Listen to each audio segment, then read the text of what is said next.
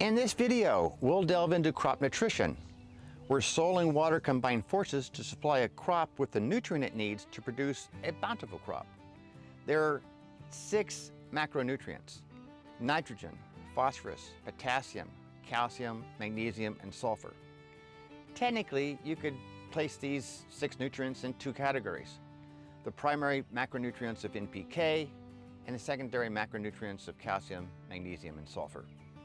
Nevertheless, the term macro comes from the ancient Greek word macros, which means large or great in size. In a typical crop, these nutrients are more abundant than micronutrients. When they're measured at the tissue level, they're actually reported as percent instead of parts per million. For instance, potassium concentrations in some crops can be as high as 5 to 8% on a dry weight basis. This would be equivalent to 50,000 to 80,000 parts per million. So years ago at the lab, they decided to report the macronutrients in percent and the micronutrients as parts per million.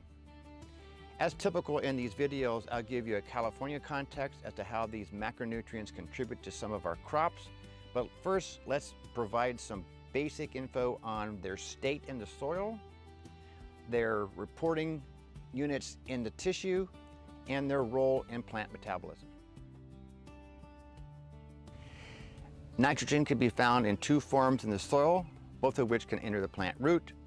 Nitrate nitrogen is negatively charged in the soil. Ammonium nitrogen is positive. You can either detect total nitrogen as a percent in the plant.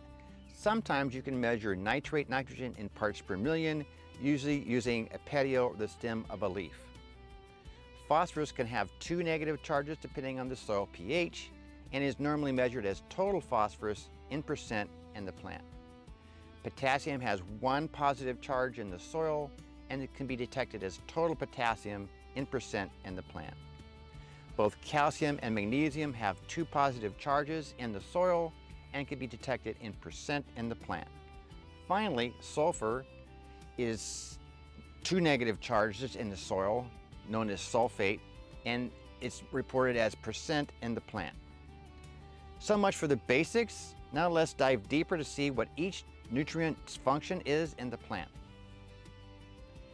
Nitrogen is involved in amino acid production, proteins, and enzymes, which are also proteins.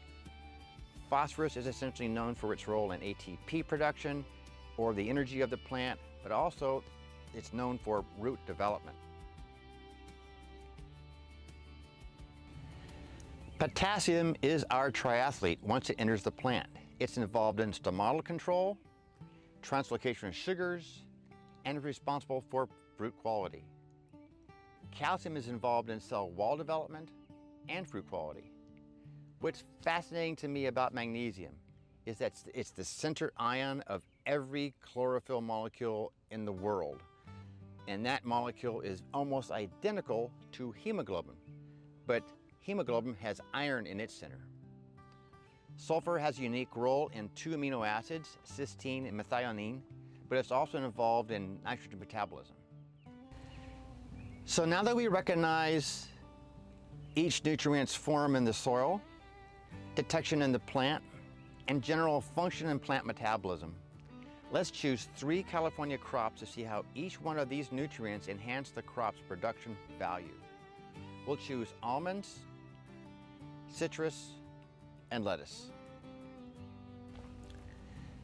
For almonds, nitrogen is key for leaf canopy development and spur renewal.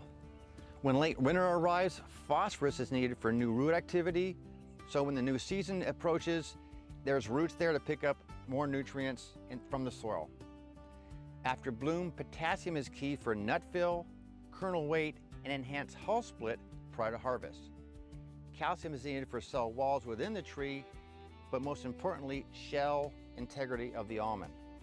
Magnesium plays a role in holding the chlorophyll together to sustain photosynthesis throughout the season, while sulfur is important for nut protein formation and overall nitrogen efficiency. For citrus, nitrogen is super important for canopy density, and it's very related to yield. As with almonds, phosphorus helps with early root activity. Potassium plays a huge role in the size of the fruit fruit content and sugar. Calcium provides peel strength and shelf life after harvest. Magnesium and sulfur play a traditional role of holding the chlorophyll together and protein efficiency respectively. Now on to our third and final California crop, lettuce, and it's the only row or vegetable crop example in this video. Nitrogen is needed for leaf growth, whereby it's probably the #1 contributor to yield since the entire plant is a bunch of leaves. Meaning a head start right after seeding or transplanting, phosphorus is again key for early root establishment and rooting mass. Potassium helps with water relocation throughout the mass of lettuce leaves, but also with leaf structure, a quality aspect of lettuce. Calcium prevents tip burn, and our final pair of magnesium and sulfur help with chlorophyll production and protein efficiency respectively. Hi guys, I just got back from the field and suddenly realized I didn't do my tagline, which is, if you stuck with me this far, you've been a great student. Join me next time on California Soil and Water, where we'll cover another agronomic topic. Also, please like and subscribe.